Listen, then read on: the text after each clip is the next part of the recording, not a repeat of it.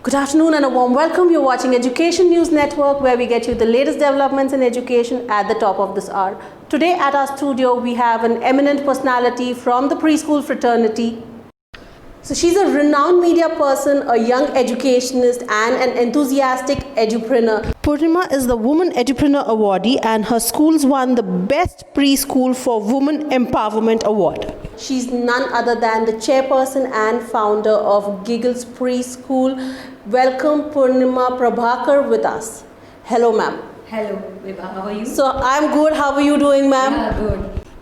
So Purnima, tell us, how important is early years education in a child's life? I feel early childhood education is far more than preparing the child for primary education. In early childhood education, we emphasize the child's social, emotional, cognitive and physical needs. So here we prepare the child to become a lifelong learner and prepare the child to be a productive citizen. So Purnima, tell us, what are the challenges that a young parent faces during the early years of a child? According to me, generally, the young parents, they might face the child's behavioral problems with behavior and tantrum throwings, anger management. The child will be very angry and, the parent doesn't know what to do when the child is in that angry mode. So we give in to the child. So that will be the major issue. Then potty training, then feeding the child. What time we need to feed the child and how much to feed the child. So there are parents who keep feeding the children for long hours, like 20 minutes, 30 minutes, till the child keeps eating. So that's a problem. Like we need to know how to stop and when to stop feeding. So, and then the child is not mingling with others. So the child doesn't listen to us, and the child is aggressive.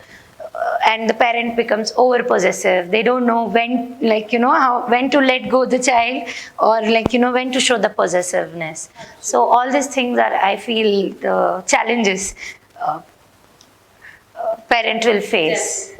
So tell us something, how does a parent deal with toddler issues, especially now when it's a lockdown? Generally, I feel toddlers from the age of 0 to 2-3 years or 4 years, there should not be a much problem for parents, because they are not going out frequently. Then they're inside. Indoor activities are more for them. But still, both the parents are at home. There is not even a bit of going out. No other parents coming in, no other kids coming in, no, they're not going to parks and all that. This problem will be there, especially for toddlers. So what I feel is, we should treat the child to be a proper, an individual, rather than treating the child like the child is still young. What does this child know? So Purnima, what you're trying to say is the child needs to be treated as a little bit of an elder kind of thing, where the responsibility is given. Is that what you're trying to focus on? Yes, exactly. What we generally do know, we feel that, the child is young. So what will the child know? So what we will do is, only when the child needs it, we are giving, baby, you want toy? Take it. Now you don't disturb mama, mama is cooking. No, don't disturb mama, mama is working, doing the household chores. We're trying to engage the child in a particular activity only till then that the child doesn't come and disturb us. Yes. That's what the parents... Yes, we feel that the child should sit in one place without disturbing us. Instead, what I feel is, now most of the parents are at home, so they'll be working. So give some responsibilities for the young child. I don't think so, 3 years to 4 years, 5 years, kids, they are independent to walk and they know what is what. So we can give them exercise of practical life, wherein we include the children to help us out, telling, give them responsibilities. Take, these are the clothes which I have, which is dry. Now I want you to fold it, segregate it, keep mama's clothes separate, your clothes separate. Absolutely, we had just spoken about this in a similar segment of parenting that we did with one of the educator, where they also said that the housework is what the homework needs to be. Yes, and in this household chores, the exercise of practical life, we teach everything to the child. There's academics also, the differentiation, the sorting thing. And while counting, we can give maths to the child. Plus, we are boosting the self-respect and being the child independent. The child loves to be independent, because all the time we keep keep pampering the child and all that. So we are just we need to put in that responsibility for the kids from the younger days, which they will love to take it. So include them, like, take a broom, sweep the place. Even then, kachra to udhar hi rahega, like, it's okay. But at least the child is busy. Yeah, but some kind of responsibility is what needs to be given. Yes, so exercise of practical life, I feel, is very important. Give some few things what the child is able to do it. Absolutely. So that even if the child messes, it's easy for us to redo. Absolutely. So on that note of making your child ready for the practical world, we'll take a short break. Stay tuned. We are in conversation with Ms. Purnima. We'll be right back. Thank you. We are a team of expert designers and merchandisers with over 3 decades of experience in the industry. We are currently catering high-quality uniforms to over 150 schools across the country. At Unipro, we work on the best quality So these days there are preschools who are trying to conduct online classes for the kids. So what's your take as an educator? See, online classes itself, like, even otherwise, even without online classes, kids are online. They are exposed to internet and they are exposed to contents. So online classes can be very effective if we use it properly. So instead of exposing the child to unwanted media contents, we can give the child age appropriate good screen time. And the parents, generally what is available right now in media is not age appropriate. Randomly we keep getting all activities or whatever educational stuff is also available, but still it will not be age appropriate. And particularly the child, if the child is enrolled to a school, preschool and all that, the management or the teachers will know the child's age group, and accordingly we can give in the content for the parents to follow. So rather than exposing the child to unwanted cartoon time, TV time, all that, they can screen mirror the content onto the TV and ask the child to watch it. So just by watching, visual presentation. So is there any particular time frame or something that is mandatory from a preschool point of view? I feel the education keeps happening all the time to the child, but particularly we have to set a timetable for the child. So 20 minutes to 25 minutes max per day of online class would be more than sufficient for the children. Absolutely. And is there anything like, there has to be a particular number of kids that has to be present online on the classes? Because it's difficult for a child, for a toddler child who's, been used to be present in the classroom and listen to the teacher or something like that, be actively present during the online or the virtual classes. Yes. So what is your take on that? Is there a number that is to be? See, what I feel is particularly toddlers, it's very difficult for them to, bring the child in front of the TV or laptop and fold your hands and now you listen to the teacher. There's a session happening. So that is absurd completely. Like, we cannot do that. It's kind of a punishment what we are giving to the kids. So rather we can give in contents where the child is happily seeing and doing it, like, rather than academics part. So if we feel that, A, B, C, D, 1 to 10 numbers, all this is introduced, it will be a boring concept for the child. And the teacher also, it will be like, difficult to interact. We don't know how far the child is picking up the things. Rather than those, engage the kids in a proper way. So 20 minutes each child, like we'll restrict the minimum kids per session, so the child can concentrate on each child. So what do you think, how can a preschool teacher make that online class more interesting for a toddler? Toddler particularly, there is no fold your hands and finger on your lips concept. The teacher has to be very energetic and enthusiastic and make But that fold your hands and finger on the lips is really a task. Even if you tell us as an adult to do that, we very fidgetive and being glued to a chair as well. True. We don't even sit for more than 10-15 minutes and we cannot ask the youngsters to sit. So what I feel is educators, teachers or whoever presents the classes to the kids online should be very bubbly, kind, the child should love to see somebody, like, oh, my ma'am is there on screen. Chalo, let's see. When the child will be interested to see the screen, when there's something coming in interested to the child. So when the teacher goes to the child and, says, all those noises and friendly way, like what all Basically making the class interactive and fun. So not that boring type or that scary type. Now your teacher is coming. Now you have to listen to the teacher. No, that scare we need to bring out. And it's like, chalo, it's fun session watching online. Let's enjoy your session of. So basically breaking the bubble of seriousness and getting a lot of laughter in classroom is the key to making the interactive classes for the child really interesting. Yes, so they will look forward to, like, yes, if it is 20 minutes, crisp.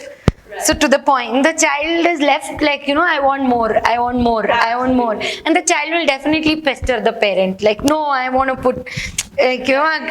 put me onto the laptop, I want to see my ma'am, I want to see all my friends. So it's a kind of interaction. And I feel like, it's 21st century. Come on, yeah, our kids are born with technology. So we cannot take out the screen time from them, rather than always telling that online is bad, internet is bad, this is bad. We can give in good contents and bring in a positivity where we will divert the child's mind to go to a negative aspect rather than pull the interest. But do you see the funny part of education these days, where we were completely against using the laptops or phones, mobile phones, especially for the young ones, where from no phones in school to a school inside the phone is the drastic change that the coronavirus has got to us. Definitely. What's your take on that? See, particularly preschools, we were not prepared at all. We were the first people to tell that, avoid screen time, cut on the phones, cut on the internet, all that.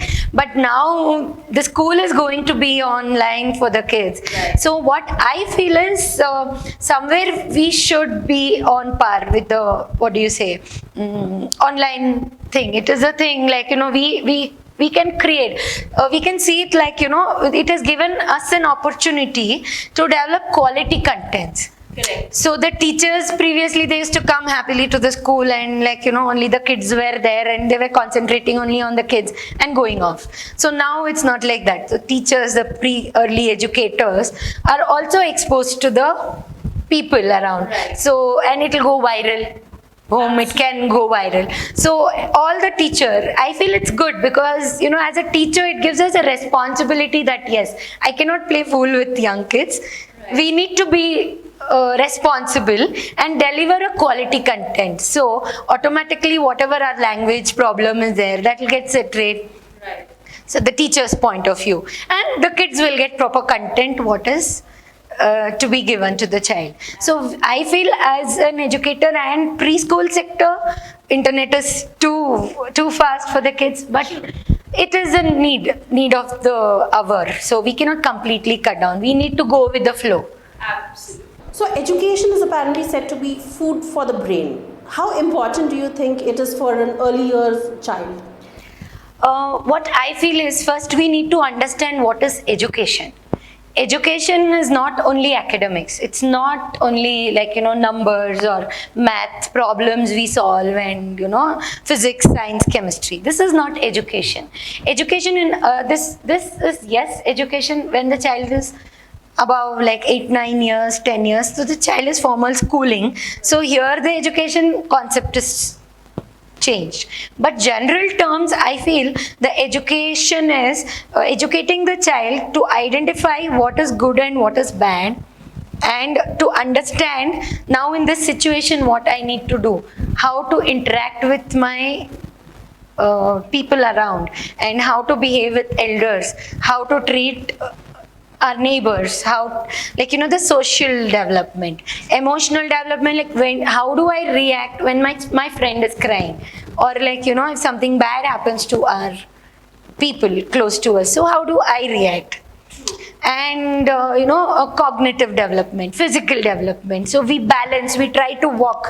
So early years, kids are experimenting with these. So educating them means educating them on the sensorial development, sense of touch, sense of listening, sense of tasting, sense of seeing. So giving them education like, see here, this is light, this is this.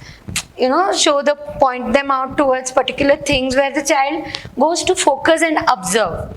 We generally, we feel like we are not observers. We just see around and come back.